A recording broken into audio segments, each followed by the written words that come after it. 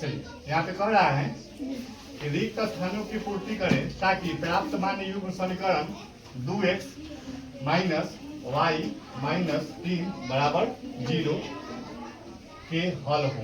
यानी कि इसमें क्या करना है, x में -2 दिया हुआ है तो y का मान निकालना है।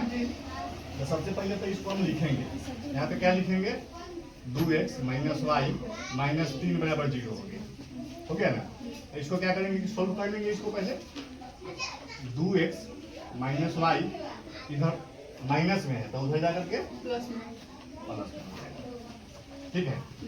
अब यहाँ से हम काम कर लेंगे, यहाँ पे समीकरण सोल्व हो गया इसका, अभी समीकरण ही बन गया। अब कहने का मतलब है कि x में -2 है तो y का मान निकालना है, तो x में हम -2 बैठा लेंगे, यानी कि 2 गुने -2, ठीक है, माइनस वाई बराबर क्या हो जाएगा 0। अब इसमें गुना कीजिएगा तो कितना आ जाएगा, 2 गुने 2 कीजिएगा तो 4 आ जाएगा, इसे माइनस लगा हुआ है तो क्या हो जाएगा -4 माइनस वाई बराबर कितना हो जाएगा 3, ठीक है। अब यह y के साथ यह माइनस में है तो बराबर के उधर जाएगा तो क्या चीज हो जाएगा, तो माइनस वाई तो इसका पर्सनली है, यह माइनस वाई का है पर्सनली है, और यह क्या है इधर जाएगा। समझ में आ रहा है, इसलिए माइनस वाई बराबर कितना हो जाएगा 7। अब यहाँ पे माइनस आ गया, यहाँ पे वाई में लगा हुआ है तो ये माइनस इधर भेज दीजिए, इसलिए y बराबर -7। y बराबर कितना आ गया, यहाँ पे -7 हो गया। अब यहाँ पे y में x y का मान निकल गया, ठीक है। अब y में -3 दिया हुआ है और x का मान आपको निकालना है, तो फिर इस समीकरण को हम लेंगे। यहाँ पे हमारा समीकरण दिया हुआ है ना, तो इसी को ना सोल्व करके इतना आया है, इसी को सोल्व करके इतना आया है, इसी पर अब फिर इसको हम दूसरा का निकालेंगे, फिर इसी पर तीसरा को निकालेंगे, फिर इसी पर चौथा को निकालेंगे, ठीक है। तो अब y में -3 दिया हुआ है और x का मान हमको निकालना है, ठीक है।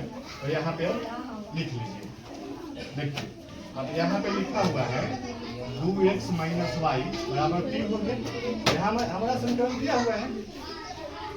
अब y बराबर क्या है -3, हमको y पर -3 बैठा है, तो जहाँ पे y होगा -3 बैठा देंगे हम। यहाँ पे सोल्व कर रहे हैं, देखिए 2x हो गया, यहाँ पे माइनस है, यहाँ पे माइनस है, y पर क्या बैठाना है -3 बैठाना है, तो ये तो समीकरण का माइनस है ना। अब y पर हमको क्या बैठाना है -3, यहाँ पे -3 हमको y पर बैठा बराबर कितना हो जाएगा 3, ठीक है।